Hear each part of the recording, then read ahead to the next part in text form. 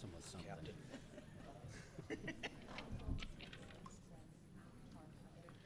I will if they ask me to or give me a chance to. I still like the. It's a 11 brilliant o'clock question. I hope Friday someone else on morning. the panel will answer it. Friday That's morning. good too. It's Sure. a terrible thing to say, but.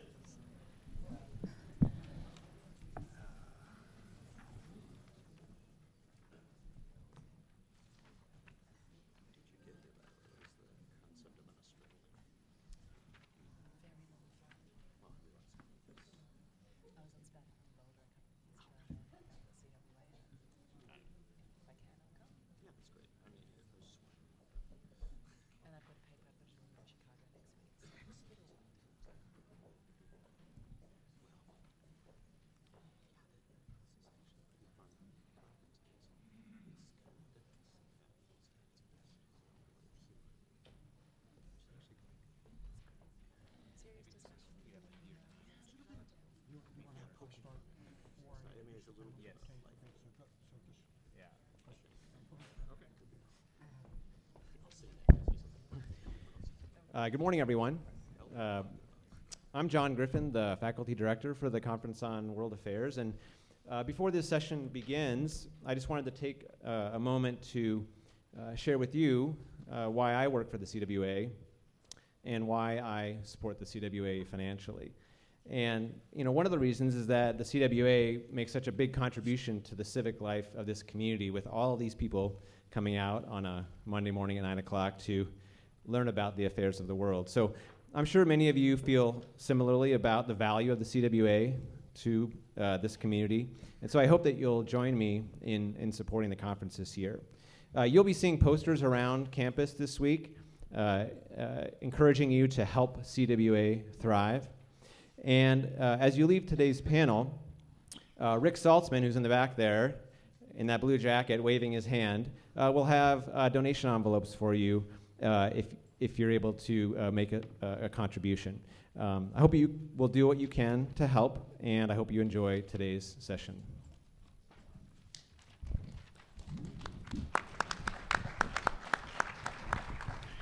Good morning, everyone. I'm not Melissa Hart. I understand Melissa Hart is ill, so I'm a substitute moderator. My name is Mark Rockheim. I'm on the CWA Program Committee, and there's a rule: people on the program committee can't be moderators, but we hope, we just dream of the day when something would happen. Not that I would want Melissa Hart to be ill, but we dream of the day we could be moderators because we're so critical of moderators, and we know that if we could just do it one time, it would be perfect, and that would be a model for all future moderators. We would show them how to do it. But in chatting with the panelists, I realized that's not going to happen. And if I can ask a few questions of the panelists that make any sense, that'll be a great success. Anyway, this is panel 1111.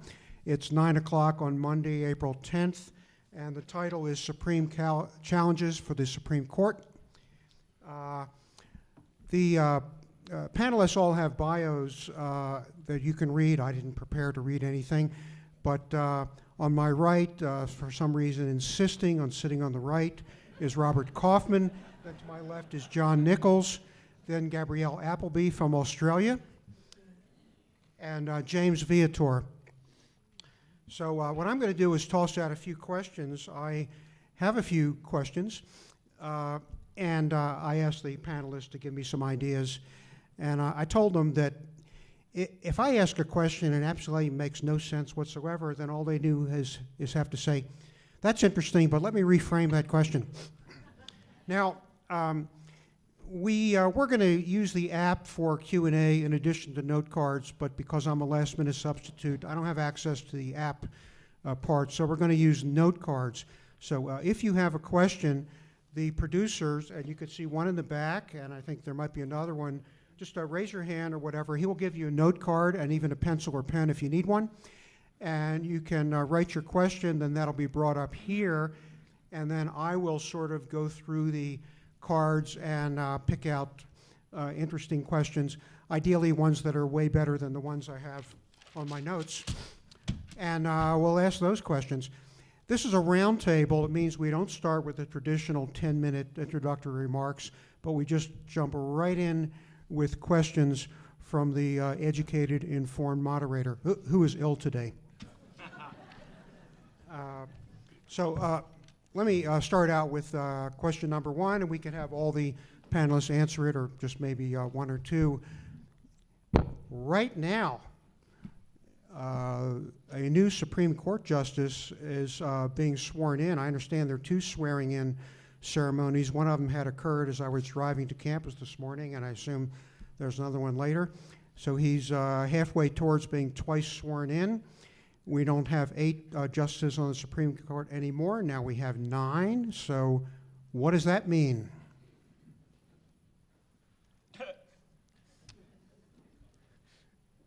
It means we're at the same point that we were when Justice Scalia was on the court philosophically.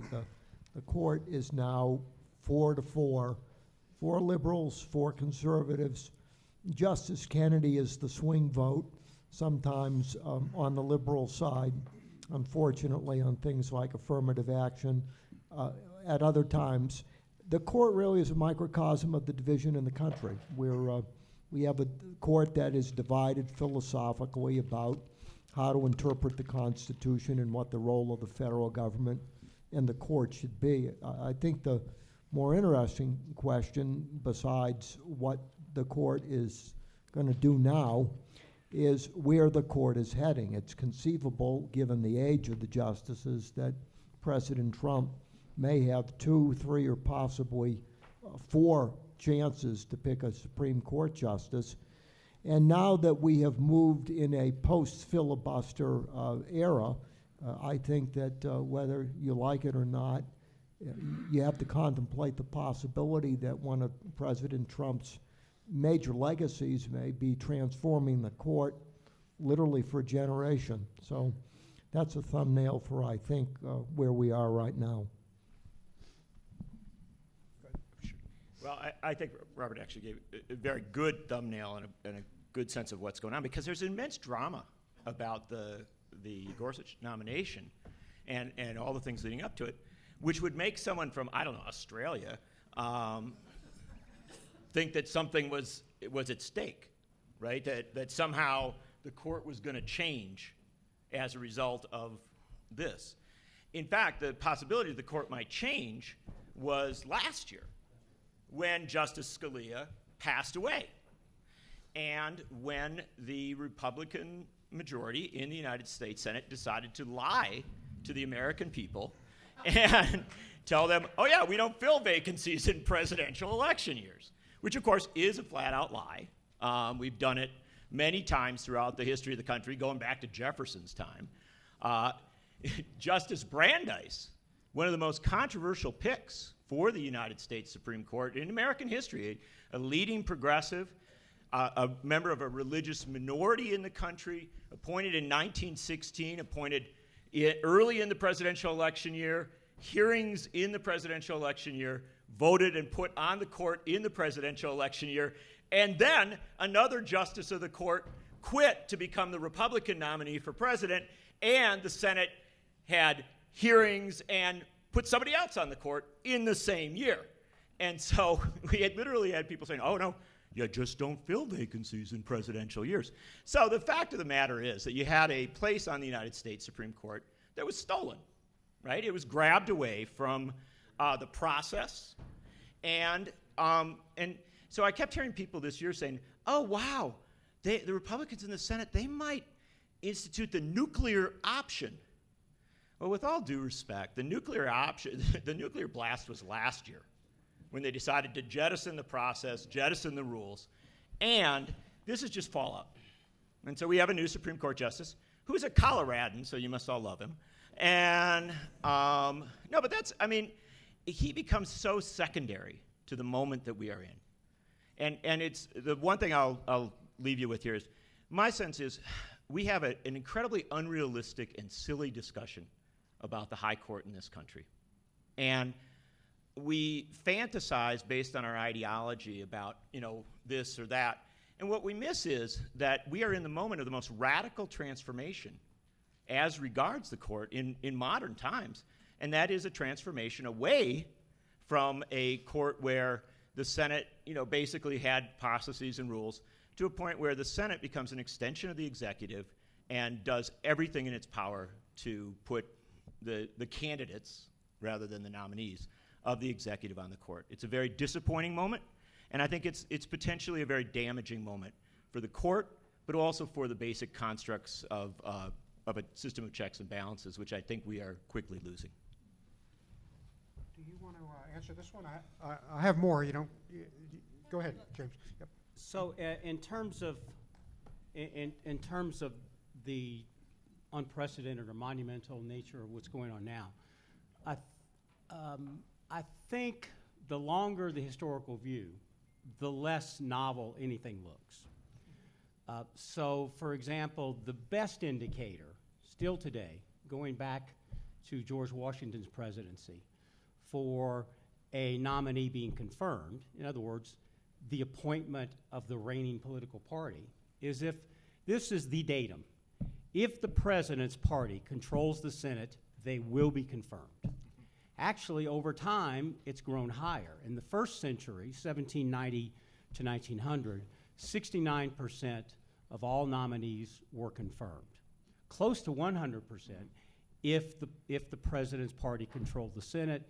And in modern times, it's got even higher. 82% are confirmed where the president and his party control the White House and the Senate. So the clearest indication is not that anybody's usurping or revolutionizing anything. It's always been that the president, as long as his party also controls the Senate, he gets his nominee, his candidate, his go-to guy, whatever, go-to girl, whatever you want to call him. The president gets his man on the court as long as his party controls the Senate. And everything else is delay or theater. As it's already been introduced, I'm not a US constitutional law expert, but an Australian constitutional law and High Court expert. And I would just say, in relation to the failure to debate the Merrick Garland nomination and then the Gorsuch nomination, is that in Australia we look upon US Supreme Court nominations and then the Senate debates with sort of bemusement and bewilderment. We don't have a perfect system of appointing High Court judges in Australia, which is the equivalent to your Supreme Court. We have a very opaque system. It's the government's pick, basically, so there's no public debate. It hasn't worked terribly in the Australian system. We don't have a highly politicised judiciary, but there is a problem about a replication of the same older white male judges. And so there is a conversation that's happening at the moment in Australia. We need to transform this system. And whenever anyone asks us in Australia, what is the system that you should be adopting? Our first response is, not the American one. And we look to the UK, we look to New Zealand, we look to Canada. And I think what we saw last year in relation to the Merrick Garland nomination was just simply reaffirmed to us that the system in the US is so highly politicised, and through an attempt to inject democracy and public debate, you have just injected partisanship into the political appointment process.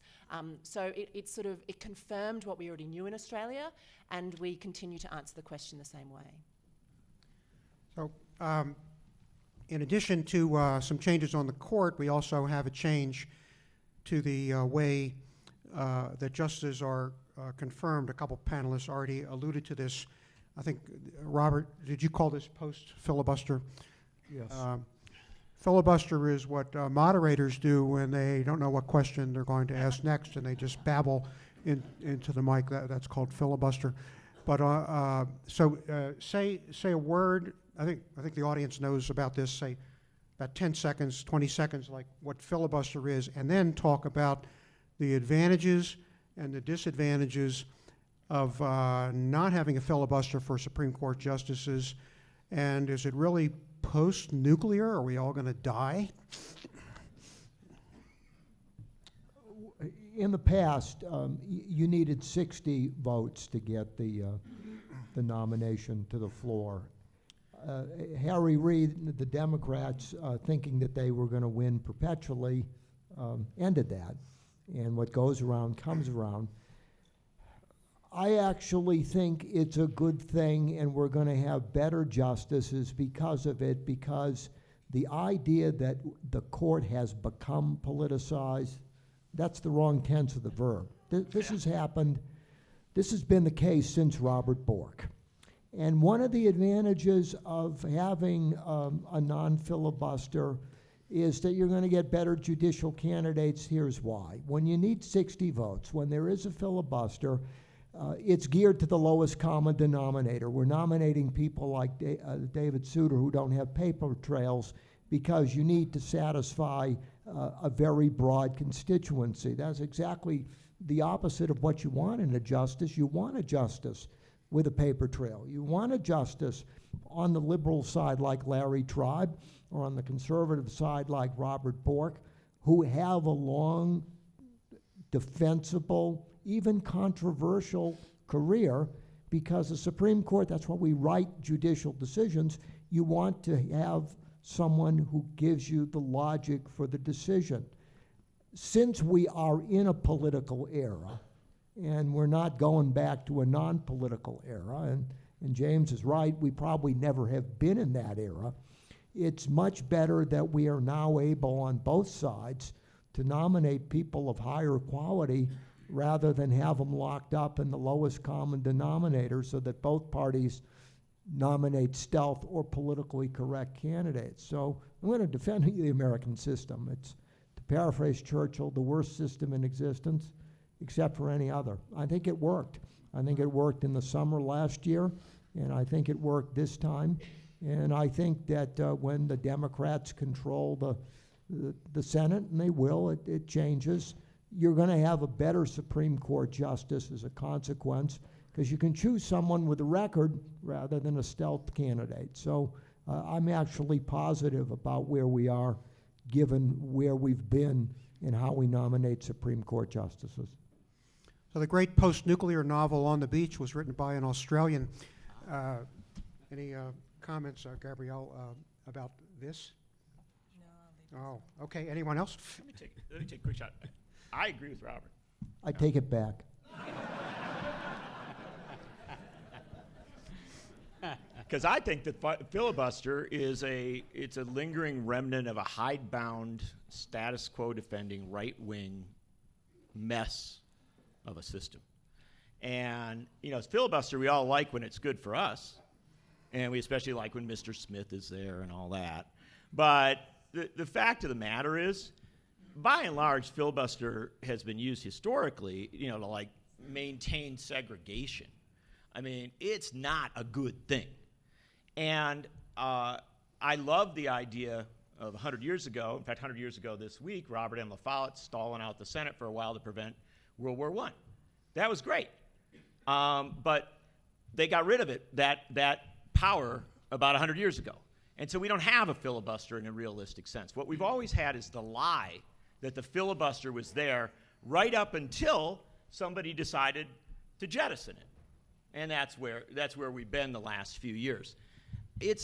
What's problematic is what we're not discussing. And that is that we're moving in the United States toward something much more like a parliamentary system, where if you have a president and a Congress that extends from it, you end up with the Congress not thinking for itself, but basically doing the president's bidding. And we've seen that this year in the filling of cabinet posts in this country with people who are, in some cases, absolutely ridiculous. And that yet they were, pushed through that Senate. And so instead of worrying about the filibuster, be it here or there, it's more a matter now of beginning to understand that this personalized presidency, this thing of, wow, the president's this distinct sort of majestic character, and the Congress is this thinking being, that's unto itself. No, we've blown apart the system of checks and balances. We've blown apart separation of powers, and the kind of debris at the side of that is the Supreme Court. But I will suggest that I do genuinely agree with Robert on this one concept. I think that, by and large, we have seen people nominated to the court because on the theory that they could get on. And they have been boring, and their hearings have been awful. And, you know, I heard Neil Gorsuch a couple weeks ago, he was up there saying, well, I don't know much about politics, you know, and you're like, what? Yeah. You know, I mean, you were literally raised, marinated in politics. You were one of the more political people ever to get near this court, and that's fine. And instead of having these people go up and joust with the Senate and have a real dialogue, we have them saying, you know, I really had never thought about abortion. And so I think we are changing in some very profound ways. I disagree with my friend down here. I do think we are in a very serious transformative moment, driven more by media, money, and politics than by, you know, the decisions of individuals. And I think we ought to pause and think a lot about it, and think about whether this is the world we want to move into, rather than, you know, debating whether this person did the wrong thing or whether this moment was unsettling. We are in a moment of radical transition in this country, as radical as what happened 100 years ago in the progressive era. And where we come out of it will be very, very different. Well, as far as transformative, really transformative was what Jefferson referred to as the revolution, and they took it seriously, of 1800. Yeah. That was a transformation. This is politics as usual. Because, first of all, Jefferson thought that after he beat the Federalists for the presidency, there would be a coup. And he wasn't completely out of bounds in that belief, so much so that while, as you may recall, that was the tie vote, and that they were deadlocked in the House between Jefferson and Burr. I think it was 49 ballots, a lot of ballots before Jefferson got the requisite in the House of Representatives. Gee, was it rough? Was it transformative? Oh, I don't know. Alexander Hamilton fought a duel and got killed a few years later because he had thrown the support of the New York delegation to Jefferson. So that's rough and tumble politics. They're shooting at each other. After Jefferson got in office, his party began impeaching federal judges. One district judge, Pickering in Vermont, successfully, and Supreme Court Justice Samuel Chase was impeached but was not convicted in the Senate. So again, I think if Americans would take a very long view, we would realize that, as Edmund Burke said, there is much ruin in a great country, and it's going to take a lot to really ruin the country. And certainly the Revolution of 1800 was a transformative period, and yet here we are, and we're going to have good food today and whatnot. So.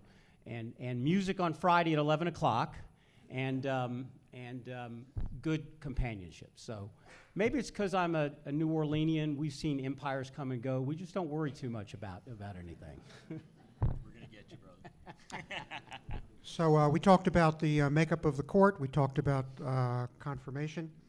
Now, the behavior of the justices. One thing that makes the news from time to time is when justices speak out. I don't know whether this always went on or this is a new thing. And you're not going to go first.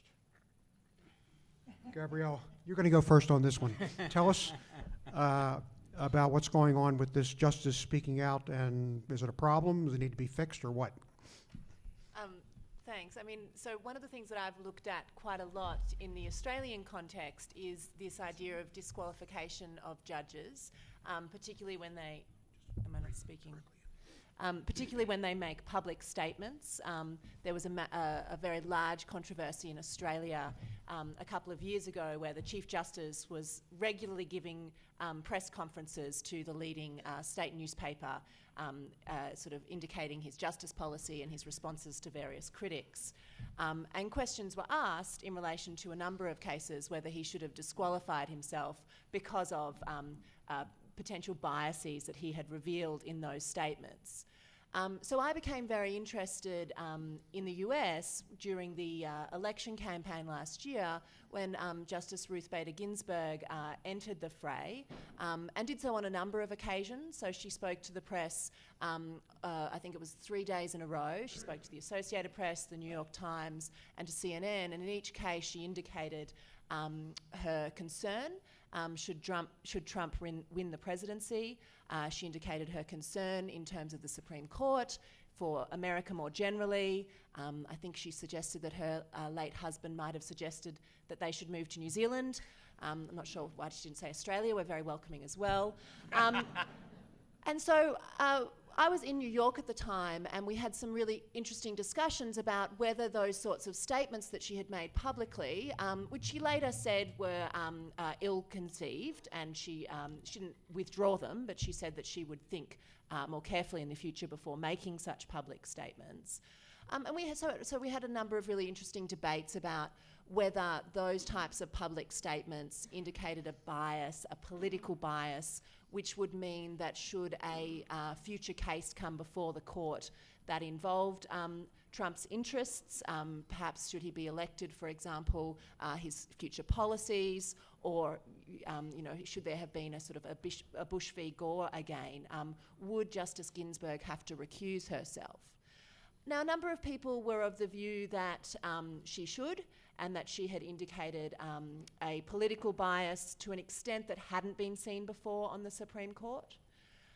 A number of people indicated that, if you knew who Justice Ginsburg was, you would not be surprised that she held those views. So, in fact, all she was doing was making public statements to the effect of what everybody knew already. And so what further damage was she doing by publicly making those statements? She clearly felt very strongly about the potential of a Trump presidency, and she was intervening because of that. And the other conversation that we then had as well, which I think is a more structural issue, is should this come before the court, and she would be making that decision as to whether she sat on the court alone. Right, and this is where, for me, it became very interesting. So the Australian High Court has the same rule of procedure as the US Supreme Court. It is the single judge who decides whether or not they are biased or they suffer from a perceived bias, and whether they will disqualify themselves. And so if they refuse to disqualify themselves, the other 8 justices, not 6, other 8 justices have to sit with them. I'm reverting back to my Australian 7 High Court. And this, I think, is hugely problematic. So you have one judge deciding that they're not disqualified by way of bias or perceived bias, and the other 8 judges are in effect bound by that single judge's decision as to whether or not that single judge should sit or not. And that could be the deciding vote on the particular case. And so what I've been advocating for is not necessarily that Justice Ginsburg should recuse herself should a future case come forward, but that really the procedure is flawed, that it shouldn't be her decision alone as to whether or not she suffers from bias or perceived bias. It should be the whole court's decision. And I think I'm actually strengthened in that view because a whole lot of psychology is now suggesting that we can't perceive bias in ourselves. We actually suffer from what the behavioural psychologists call a bias blind spot. We're very quick to see bias in other people, and we are very slow to perceive bias in ourselves. So the current system whereby the single judges who is accused of bias gets to decide whether to sit or not in potentially very important cases, I think is flawed, and I think Justice Ginsburg's comments perhaps highlight that as a very important procedural issue that needs to be addressed. Well, we have a great test of the theory of bias because if Justice Scalia or a conservative justice had said the same types of things during an election about President Obama as a candidate that Ruth Bader Ginsburg said about Donald Trump, this room would be howling. Ruth Bader Ginsburg behaved inappropriately. She even admitted it, however begrudgingly, that she behaved inappropriately, and it's just not proper judicial etiquette to inject yourself in the presidential campaign. She doesn't have to disqualify herself, but her behavior was out of bounds, and it's something we want to discourage rather than encourage. And as for the Ginsburg moving to New Zealand, fat chance. I had Marty Ginsburg for tax. Unless they moved Katz's Deli in New York to New Zealand, unlikely, Marty Ginsburg was not going to leave the United States. We are blessed by the wisdom of those who know the players involved. I like this phrase, judicial etiquette. I think it's a very useful phrase. I thought it was interesting when Justice Scalia went up to Michelle Bachmann's constitutional study group and conversed with her about how to think about the Constitution and the courts, and I didn't hear the outcry that I thought I might have. And so I think that actually there's a lot of etiquette challenges all around, and what I would suggest is that our wise comments here on recusal become a much bigger deal. We have justices on our Supreme Court, be they considered liberals or conservatives, who have connections and ties and in fact are politicized by the standards that many of us would apply in our workplace and in other settings. And yet the judges are allowed as a priestly class to determine, whether they have biases. It's a disaster. It's a mess. And it's one of the many messes that define our current court. And I don't have to go on and on about it. I would just invite you to go back and look at Bush v. Gore and look at, members of that court and what their immediate family members were doing at the time that the decision was being made.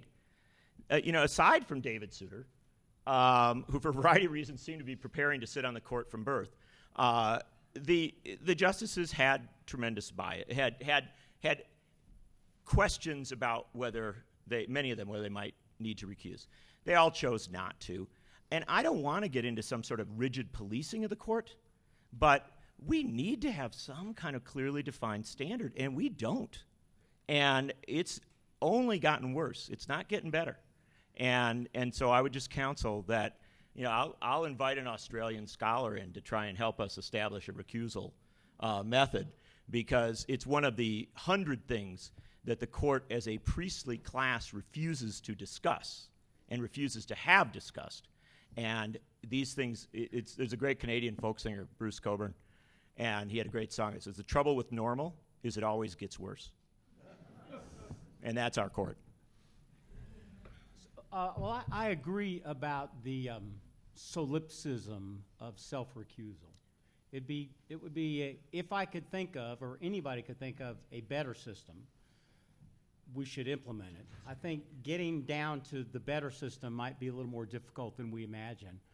But on the other hand, and here's what I would worry about another system, is that it would be subject to the same passions and abuses as the system we have, and might even be multiplied because of the unintended consequences of reform. We don't know what's going to happen once this new gadget is in place.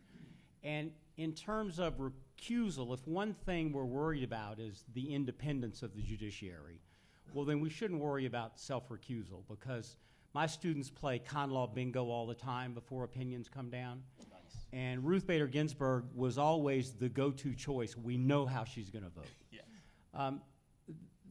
These are people who've thought about law for decades, and some of them many, many decades. And to think that they wouldn't sort of have an instinct of how they're going to vote based on their training, their experience, their philosophical predilections, is to plea for robot monsters from outer space to govern us. They're going to have their strong sentiments. And if that's something that recusal should ever get bogged down with, I think it would be, that is, panel recusal or something. It would be even worse, because we might be policing people for how we think they're going to vote, and let's get them off the panel. And that's what I would worry about. So as a member of the program committee, I just want to mention that we do have a panel on robot monitors from outer space. And can I just offer, though, that we've just had the most serious discussion about recusal on the Supreme Court in modern American history in the last 2 minutes. Great.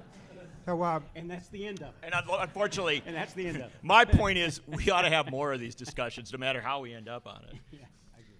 I want to thank the audience now, because, see, I have these notes here, but some people have submitted cards with really good questions. And I forgot to mention two things about the cards in my haste to get started. Number one is we do have microphones. If you submit a question and it's selected and you wish to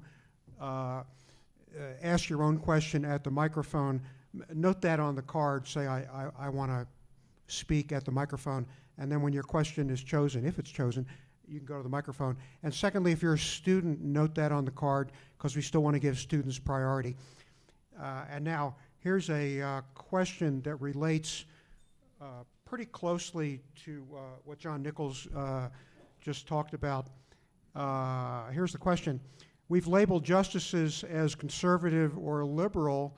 Have these labels always been accurate? Who has surprised you? It's a great... Who asked that question? You mentioned Souter already, That's I think, a right? smart... Souter didn't surprise me at all. Oh, it is. Not a bit. I wrote a piece when Souter was picked because I heard that, and tell me if I'm right about that.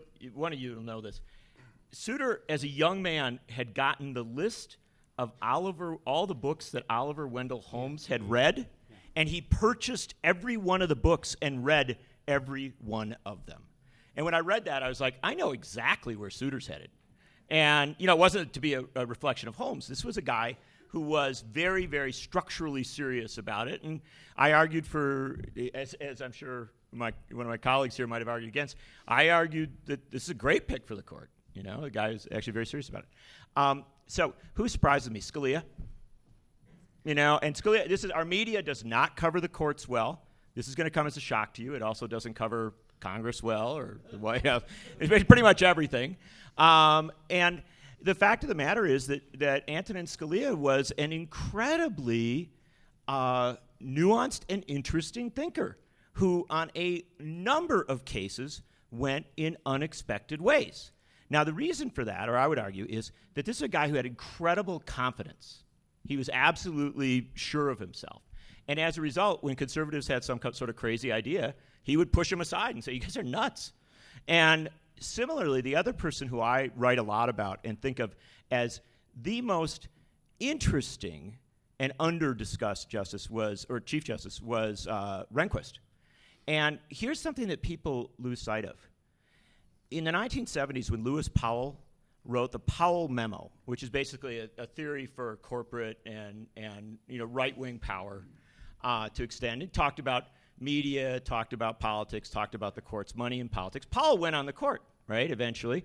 And Powell was a reliable vote for money in politics and for a lot of very corporate stuff, as was a lot of the rest of the court, right, leading up to Citizens United. The interesting character in all this is Rehnquist, because Rehnquist, as a conservative, would regularly look at these decisions along the way and say, you people do understand that if you flood all this money into politics, there's a chance that rich people are going to become kind of dominant. And I go back to the Rehnquist decisions again and again and again and find them to be, reassuring, because it's important to understand that it's not just liberals and progressives who think money in politics is a crisis. There were sincere conservatives who did as well. And also, frankly, Rehnquist made some of the best arguments I've seen against the insane judicial activist intervention of the current court to make it easier for corporate money and money in general to flow into our politics. So those would be two, Scalia and Rehnquist, who I find very, very fascinating, and I enjoy reading their stuff. And finally, Whizzer White, who we could talk about for a long time, but he was supposed to be a big liberal pick that didn't turn out too liberal.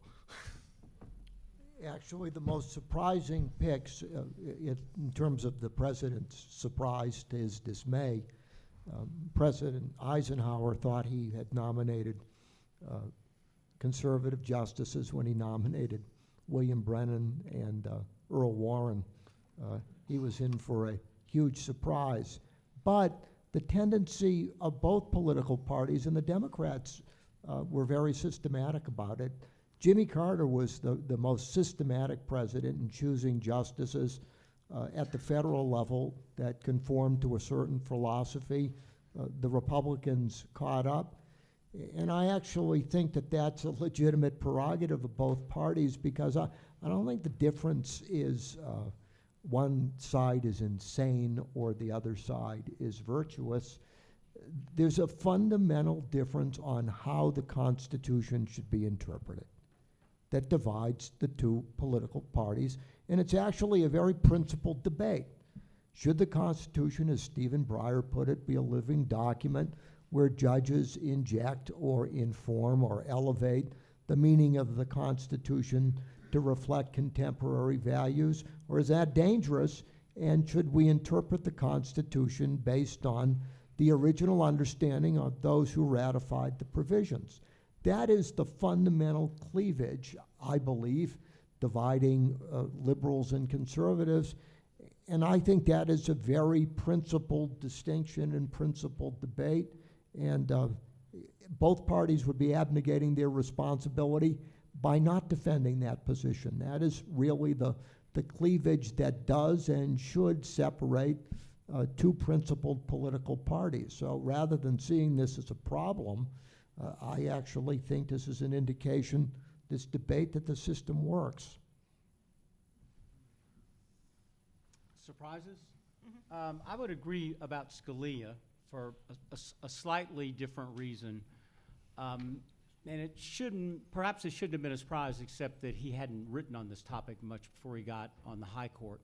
But given his textualism and originalism, he turned out to be the best friend of the Fourth Amendment's prohibition against unreasonable searches and seizures on the court, because he took our revolutionary history standing behind the Fourth Amendment very seriously and ruled constantly in favor of Fourth Amendment petitioners who'd had unconstitutional searches and seizures perpetrated upon them, because he took that seriously, contrary to what many might have thought to be his law and order predilections.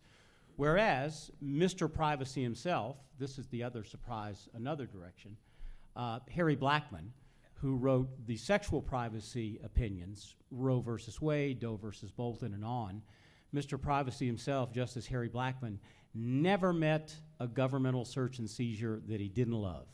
He approved them all the way across the board. So those are two surprises, one happy, one unhappy. Some questions are specifically directed to Robert Kaufman. And this one is written in all uppercase, which means this person was shouting at Robert Kaufman. But I will read this. I will read the question in lowercase. You're interpreting. Gee, this has been the kinder and gentler side so far. All right, you ready? Sure. You bemoan the absence of paper trail for some of the Supreme Court candidates, but at the Senate hearings for Gorsuch, he declined to answer many questions about his own beliefs or biases. Should he be able to decline such questions? Sure, he should be able to decline such questions. It's a free country, and the senators can make their judgments about whether that decline is substantive or typical. Justices have every incentive in both political parties, if we're being fair. If we go back to the Sotomayor and Kagan hearings, the justices do the same thing. And there's also a bias issue. You cannot appropriately render your opinion, I don't think, on a prospective case. That's telegraphing where you'd be without looking at the facts. I'm not a typical bemoaner. I think it is based on what the judiciary is supposed to do and the common law tradition. You want judges who write and reason and explain why they're deciding what they're deciding, so that you have a chance to understand what the rule is and have an understanding of how to respond to the rule.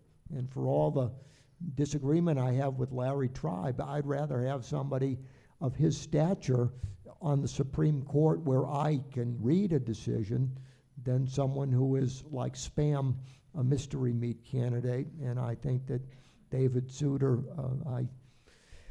I was at the Heritage Foundation when they nominated David Souter, and I talked to Ed Meese about it, and with all due respect, I admire Ed Meese. Ed Meese said that this was going to be a great conservative, and I said, you don't know how weird New Hampshire is. This is not a conservative. It is better for the country to know what you're getting, and I think that's true. It's not a partisan point. I think you get the best people when people aren't afraid in their careers to talk, say something, and do something. And having spent my career on a university campus, I can tell you that the political correctness of reaching back to evaluate every single utterance that somebody made, no great leader that we've studied would survive if we applied this type of standard. So when in doubt, give me a justice, for good or ill, who has a long publishing record, even if it's controversial. I feel much safer with that, and I think it's better for the country. I find I'm agreeing with my comrade too much. We both have that feeling. Yes, it's unsettling. But look, the fundamental reality is that, as has been stated, you have a right to, you go before that hearing, you can take the fifth, right, and say, I'm not gonna explain how I got here, and also there is the reality on pending cases.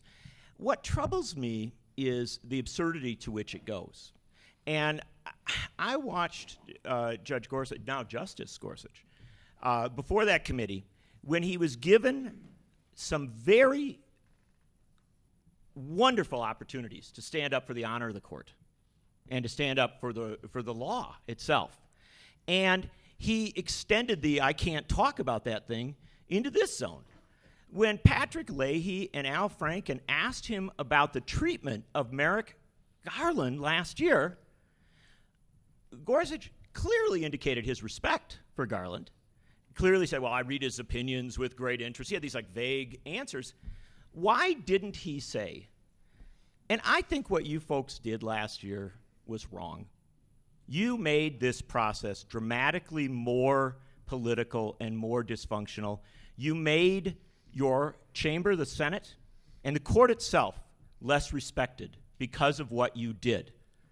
I want to sit on this court, and I have accepted this nomination, but I don't want you people to continue the games that you're playing, and I hope you won't.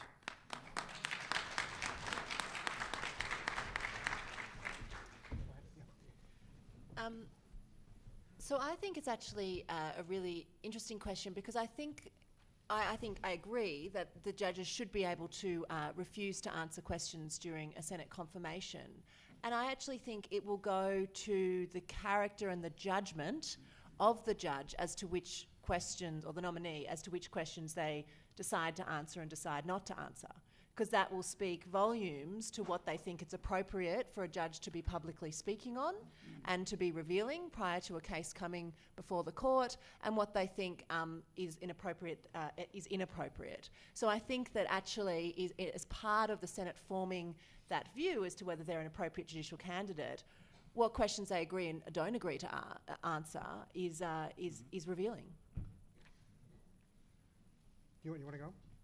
Yes. So now here's one minor reform that has been the practice for centuries that I think would go a long way to tamping down the fires of the Supreme Court confirmation process. It was not until 1955 that the nominees went up to Capitol Hill to answer questions. Brandeis did it in 1916 because he wanted to, and it was a very controversial appointment. He wanted to.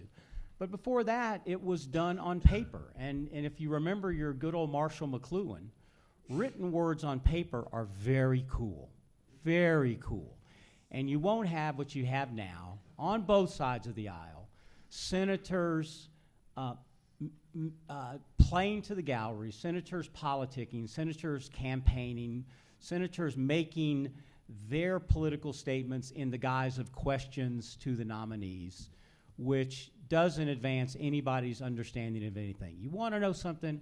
write it down, send it to them, give them a week to send back a written answer. And you're much more likely to get good information that way than the combination kabuki theater political campaign that we have now in the questioning of the nominees. From Ken, if iPad gets shut off, password is 2612. Or 1415. Oh, actually, someone, Ken, thank you, Ken, gave me an iPad. So now, for those of you, I think this is true. Now, for those of you who want to use the app to send in questions, including the millions of people who are watching live stream, I have an iPad, and the questions will come in. And if I don't understand that, Ken will explain it. But we got before I got the iPad, there's a question on a card that was better than my scribbling of more or less the same question. And so we're now going to go into a part of the panel that's going to get into what a lot of people would think is the really interesting stuff. What are some of the cases you know or feel are coming up for decisions in the near future and probable outcomes? And here we get to talk about guns and religion and other interesting things like that. So we'll spend a few minutes on this one. Anybody want to begin? I'm going to let other people talk about guns and religion. And because I actually think this is one of the things that damages the discussion of Supreme Court nominations in the court itself. Our media, which again, if I haven't emphasized, is fully dysfunctional. But our media tends to obsess on a host of hot-button issues, which it's quite sure that everybody's going to be interested in. And so you see it at this new session of the court may be dealing with guns, gays, and, right? It's like, what can we, because they have so little respect for the American people, they wouldn't talk about the really important, and not that those things aren't important, by the way, they're all very vital, but some of the really important things that you don't know about that the court is going to be doing. And this is a big deal. The court deals largely in economic issues. It deals largely with how we relate to one another as workers and employers. And to me, the most important cases that have been kind of banging their way into this court in the last few years have been cases involving the ability of labor unions to organize, to collectively bargain, and to represent their members in the political process. And I want to tell you, I think that this court is, whether it's in this coming session or the next, I think we're going to see this court weighing some fundamental questions about really the ability of labor unions to function in our society, something that will separate us out from essentially every other developed democracy on the planet. And this is scary stuff because the court's meddling in areas of free association and all sorts of other things. You can have your opinion on it. You can go where you want. But I think this is dramatically undercovered. I don't think we begin to give this the seriousness that we should. The other thing, too, and I don't have to belabor it, is the money and politics stuff. And, this court it's been an activist court, redefining money and politics clearly in a way that makes it much easier for immense amounts of money to speak very, very loudly.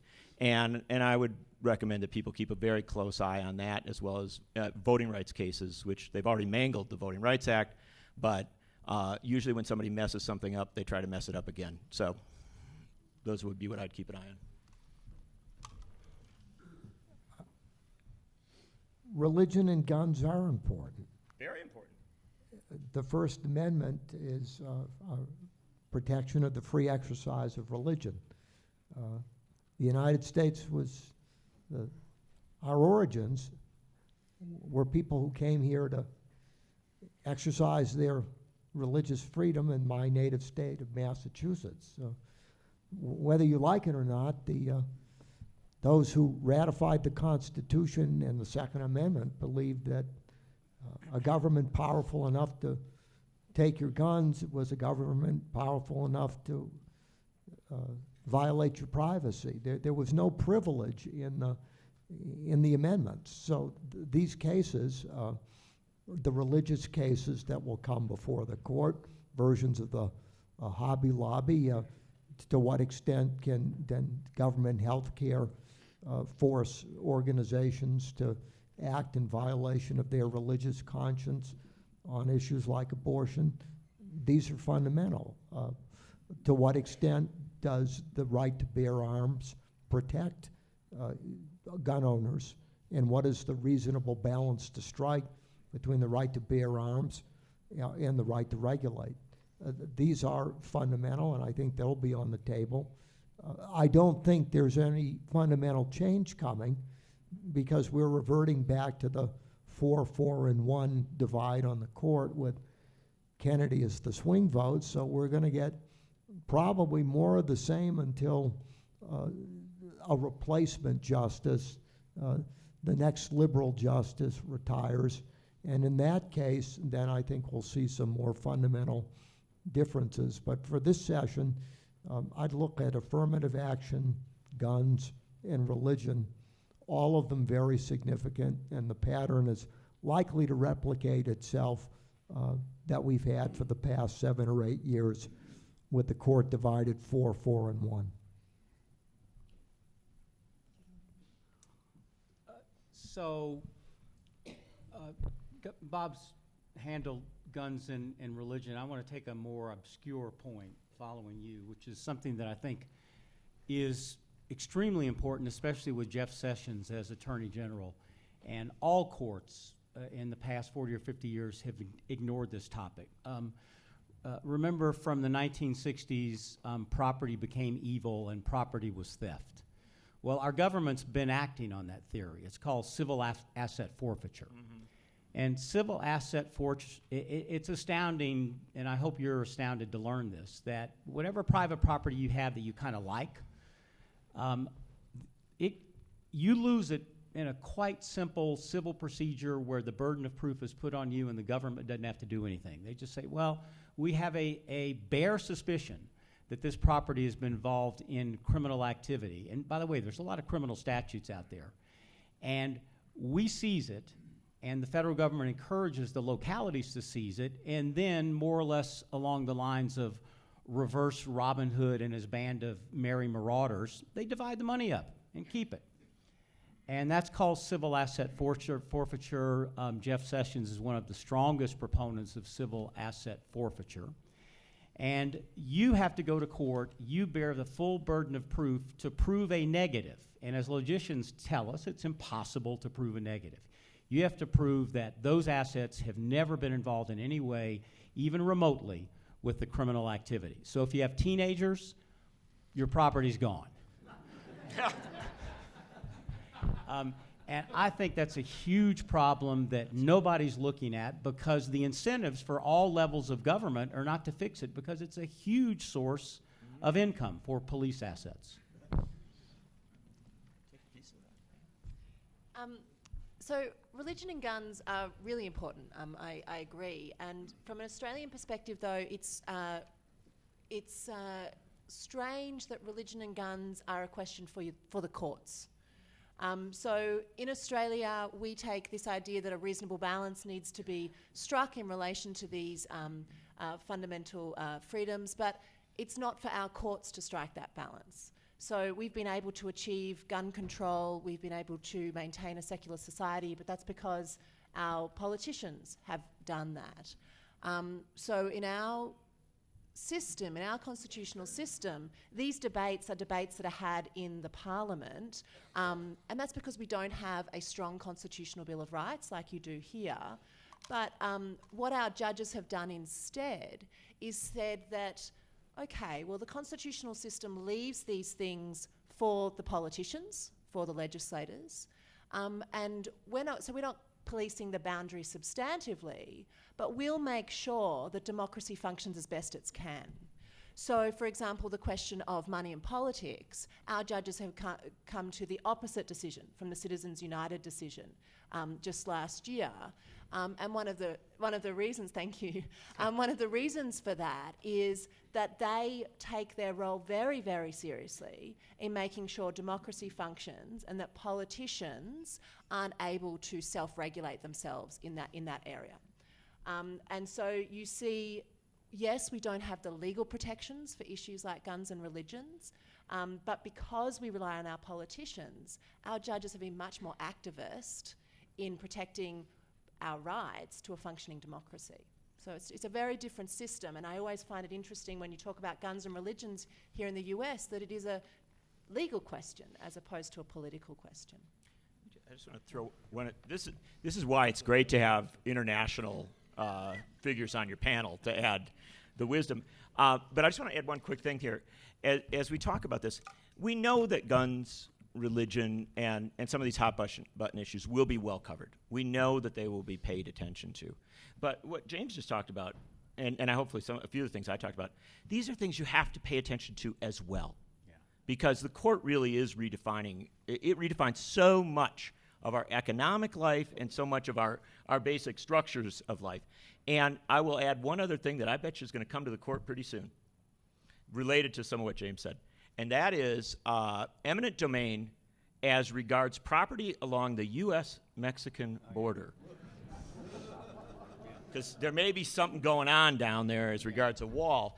And I will tell you, those cases are going to be interesting ones. And eminent domain is barely more prohibitive of government seizing private property than civil asset forfeiture. So for the same reasons, it's something I wish that everybody would pay attention to. And if you pay attention to it, the government at various levels will have to pay attention to it as well. So sort of continuing with this, I'm going to read a iPad question about a subject that is of wide interest here in Boulder. I know that because it's talked about so much in groups that I participate in. What are the chances that Citizens United could be overturned by this court? What would it take to get Citizens United overturned? And say a word about what it is. Citizens United is the 2010 decision that reduced some, though not all. I mean, Citizens United has become a kind of a default phrase for a lot of campaign finance stuff we don't like. We being me. I'm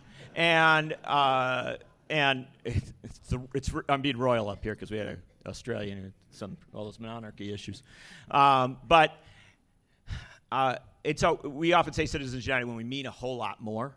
But the Citizens United decision in 2010 did bust apart a lot of the barriers and essentially sent a signal from the court that corporate interests would have a lot more flexibility as regards engaging in politics, to the point where some of us would say it becomes easier for them to buy elections rather than to watch the results.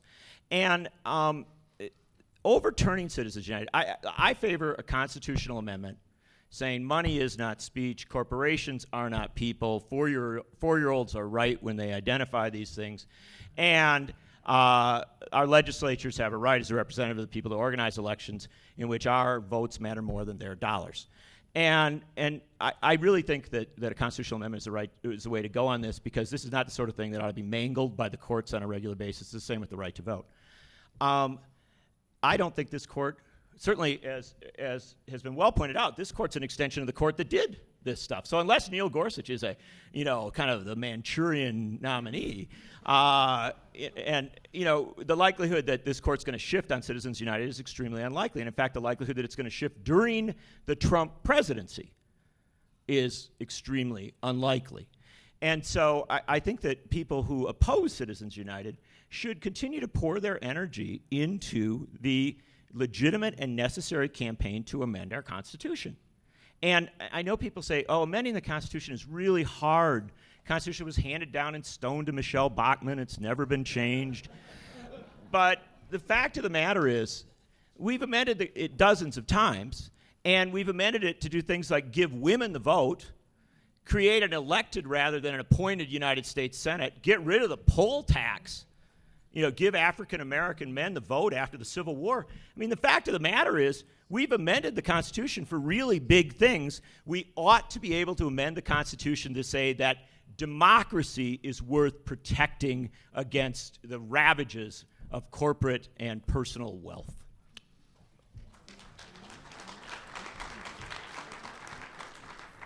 One, Citizens United isn't going to be overturned.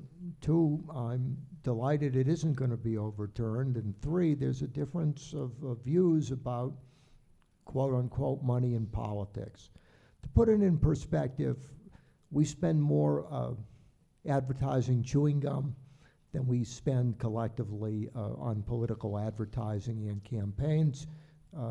People like Zachariah Chafee and other constitutional law scholars, I think, have a very good argument that money is speech. It is legitimate, and there's absolutely no evidence whatsoever, if you look at the election of 2016, that you can buy elections. One of the most bizarre phenomenon from someone who taught at University of Vermont for 12 years and knows what a disagreeable person Bernie Sanders is, besides politics, is how well Bernie Sanders did. It's how well Trump did.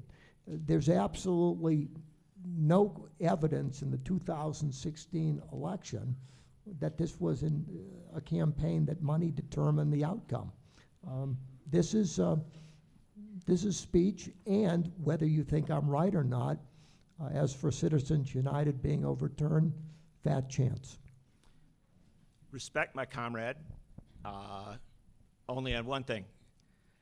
He says that it didn't have a big impact on the presidency, on the presidential race. And this, certainly we can accept. You do not have to buy the presidency. If you are a billionaire reality TV star, you also have an option and an opportunity to be in the race. But the problem is, it's not just money in politics, it's a money and media industrial complex, right?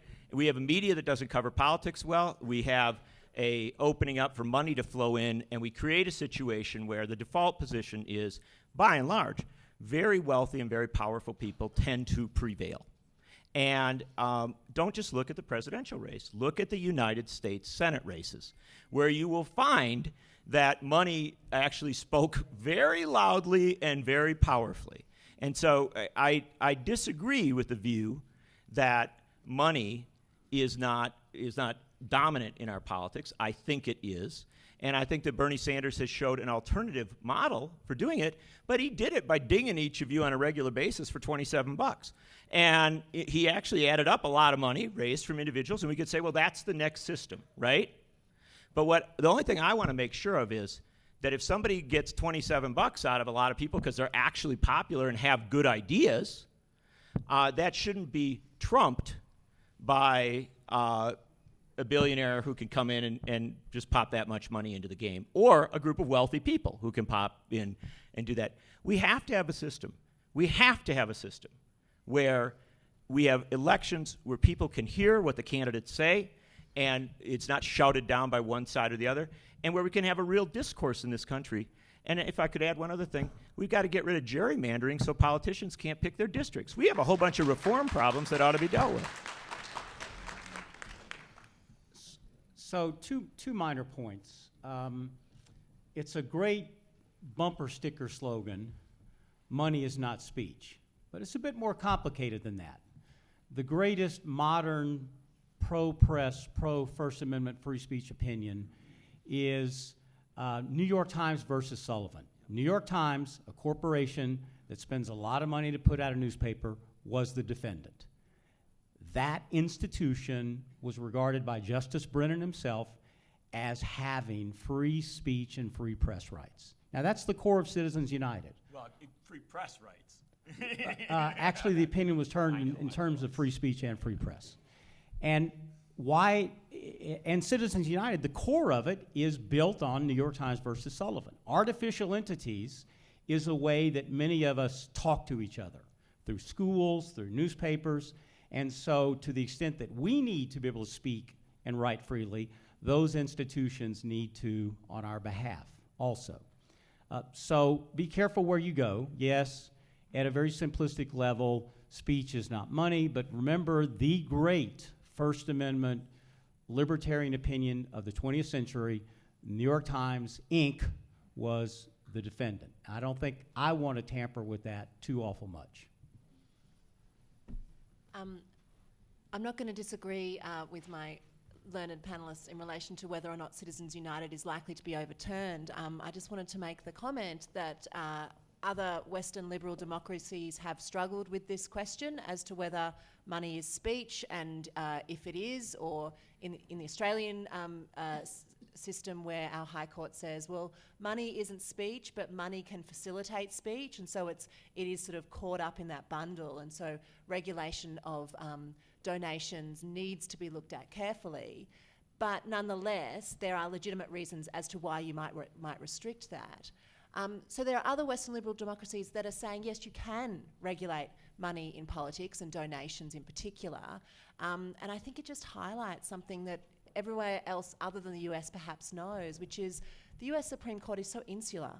And that if it wants to reconsider this question in the future, I think it would be highly unlikely that it would turn to other systems. But other systems are struggling with the same question. They're coming to different answers. They're putting forward really legitimate reasons.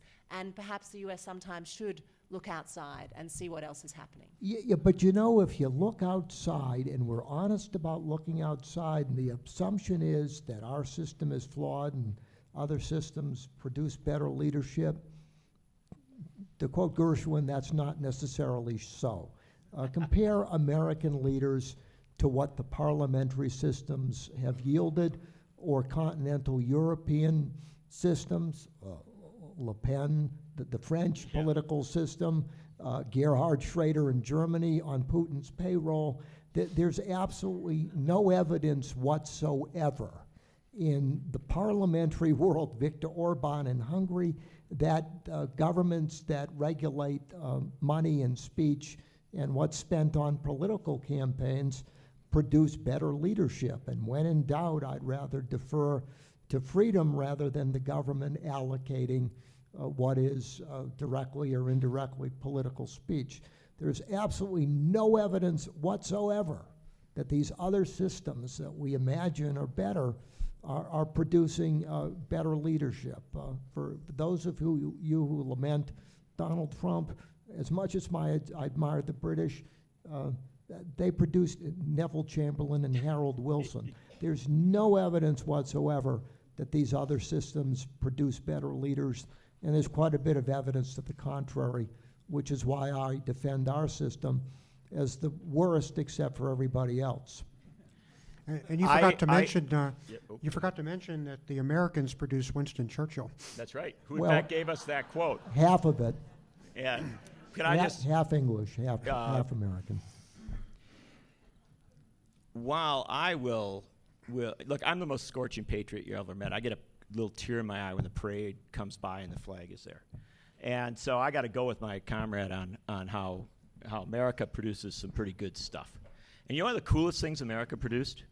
After World War II, when Eisenhower was in Europe and MacArthur was in Japan, Americans had a real role in helping, not writing, they facilitating the post-war constitutions of Germany and Japan.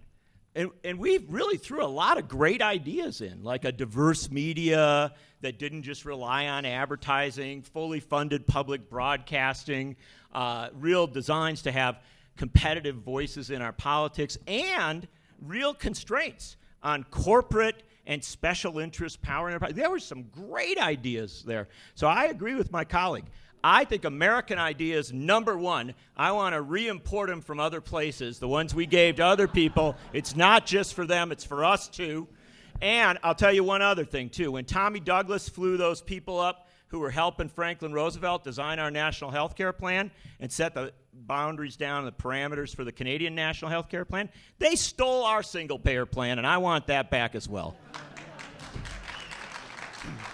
Oh, normally the moderator sits at one end or the other, but when the moderator sits in this strange position, Robert Kaufman and John Nichols agree. All the time. The Supreme Court justices being conservative or liberal is talked about a lot, and we talked about it, but I think it's interesting to get beneath that as to what that actually means. And here's a question someone sent in that I think is good because it gets really beneath the labels. And I'll read the question verbatim.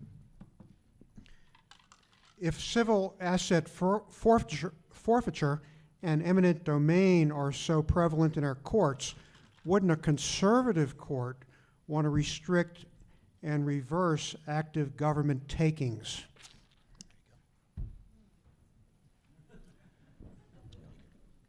Well, I think the problem is that eminent domain law and civil asset forfeiture law, they might be in the courts, but not for very long because the doctrines are so permissive in favor of the government.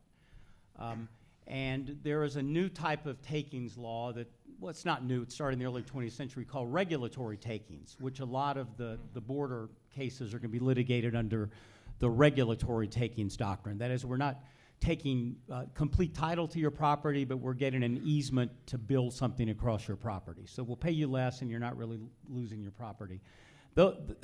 Those issues are going to become more important. I don't see any reason, there's just neither party is interested in that, or neither spectrum. Justice Scalia was interested in regulatory takings, but he never could get other people interested in it. It's going to take, and this is a message that Americans need to take to heart, I believe.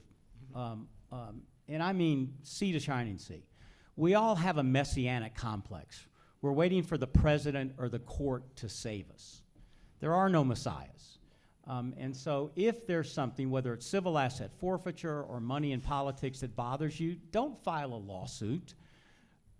Get a congressman, a local rep, somebody in politics to listen to you and work at it. Because the great civil rights achievements of the 20th century did not come from the Supreme Court. They came through politics. That's the 1964 Civil Rights Act, the 1965 Voting Rights Act. The courts and the president are not going to save us. We have to do it ourselves. What a wonderful democracy message. Let me throw one other thing in there, too. The question, see, one of the things we talk about so much is whether the court is conservative or liberal. I always ask, is the court corporate or not corporate, right? I mean, does the court have a bias in favor of multinational corporations and big businesses and those who seek to make money, or does it really try to, go down the middle and look at these things in a fair way? And what I want to emphasize is that on these eminent domain issues, it's a really interesting thing, and on these property issues, you want to find the difference. It's the left and the right against the middle, because there are sincere conservatives who think this is a terrible thing, and Maxine Waters thinks this is a terrible thing. And so left and right against the middle, and I think this is one of the dangers of our Supreme Court. Our Supreme Court too frequently tends to defend the corrupt middle rather than to, as some people on this panel have suggested, go to those margins where, frankly, often the truth is more likely to lie. We're almost at the end, and so let me do this thing, and I don't know if this will use all the time or not, but we'll go through the four panelists. Give us one thing you think is broken about the court. A couple things were mentioned already, but tell us one thing that's broken about the court and how you'd fix it.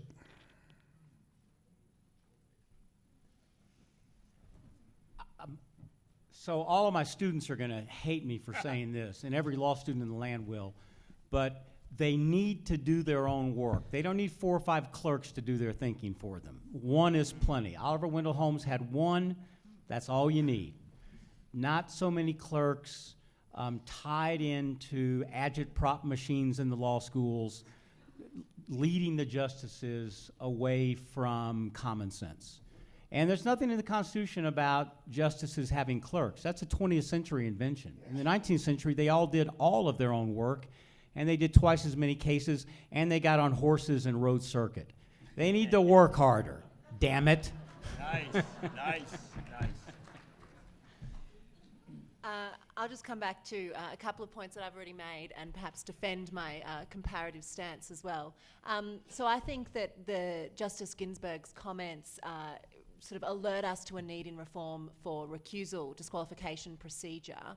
And what I would say is that it's something that the United States should look elsewhere to see, not necessarily what the best sort of system is, but how others might approach the same problem, and whether there is anything to be taken from those alternative approaches, whether they can be brought across, changed, modified. Yes, you have to understand culture. Yes, you have to understand history. Yes, you have to understand the context in which they're operating. But surely something can be learnt from how the ways in which people are doing something different, approaching the same, at the crux of it, the same issues. And in that respect, I would simply say that I think the South African Constitutional Court is leading the way in relation to disqualification. They have all of their judges sit and determine the question of perceived bias. It's not Australia. We have exactly the same procedure as the United States Supreme Court, and I think it's problematic. And I'm urging the Australians to look overseas as well. A century ago, when the American progressive movement was at its peak, and when Teddy Roosevelt was running for president, and then a number of years later, Robert M. La Follette, they explored the question of the courts in an intense and serious way, as they also explored the question of the presidency and the question of the Senate. We got great reforms as regards the presidency. Many things have changed over the years as regards how long you can serve as president, succession, all sorts of things like that. We got tremendous reforms as regards the Senate. And in a whole bunch of other ways, when the House of Representatives meets, all sorts of other things. We have not seriously examined the United States Supreme Court to begin to ask the question of whether it functions in a modern society. That was the point of the progressive movement 100 years ago. And what was proposed 100 years ago, or at least what was discussed by La Follette and to a lesser extent Roosevelt, was whether life tenure made sense. And I wrestle with that issue. I got to be honest with you. But I think when you give somebody life tenure, you create this horrible disaster now where everybody says, oh, we got to find a young pick so that they can impose my President Trump's will on people 50 years from now or 40 years from now. And I think we should really examine the question of life tenure as opposed to, say, a 20-year, you can't re-up it, something like that, or some other approach. And then also, one of the things that was explored in a very deep and profound way 100 years ago was whether it is too hard to amend the Constitution of the United States. So that if people did absolutely object, as polling shows we're at around 90% object to some of the court's rulings on money and politics, if people absolutely object, that there ought to be a route for people to, in a relatively rapid manner, overrule the court. Now, I know some people are going to be terrified by that, but I actually think that those ideas from 100 years ago are worthy of a discussion. I'm not necessarily saying I back them all, but certainly worthy of a discussion today. Okay, Robert Kaufman, take us home for 1 minute. Basically, the system works. If I had to choose one thing, I agree with Justice Scalia, who agrees with you. The one thing Justice Scalia said at a lunch at Pepperdine where I had attended is that it's too difficult to amend the Constitution.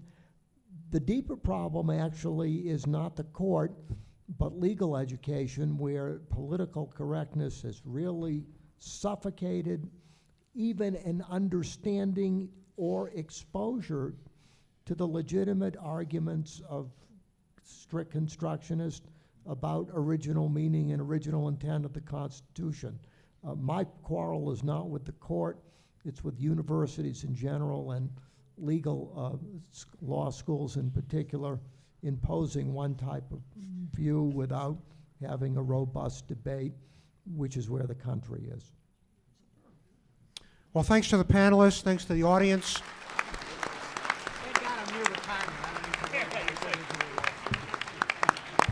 Thrill of a lifetime for me.